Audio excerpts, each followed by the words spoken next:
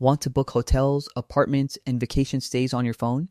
In this video, I'll show you how to download, install, and use the Booking.com app, including how to create an account. So, let's get started. First, open the Google Play Store or Apple App Store on your phone. Tap on the search bar and type Booking.com.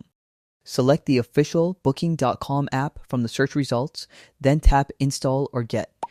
Once the installation is complete, open the Booking.com app.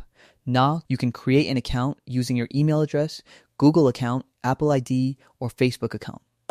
Follow the on-screen instructions to complete the registration process and verify your email address if prompted. After signing in, allow the app to access your location if you'd like to see nearby accommodations. Now, enter your destination, travel dates, and the number of guests. Tap Search to browse available hotels, apartments, resorts, and other accommodations.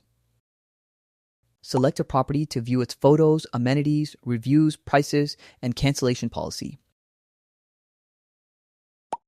Once you've found a place you'd like to book, tap Reserve or Book Now.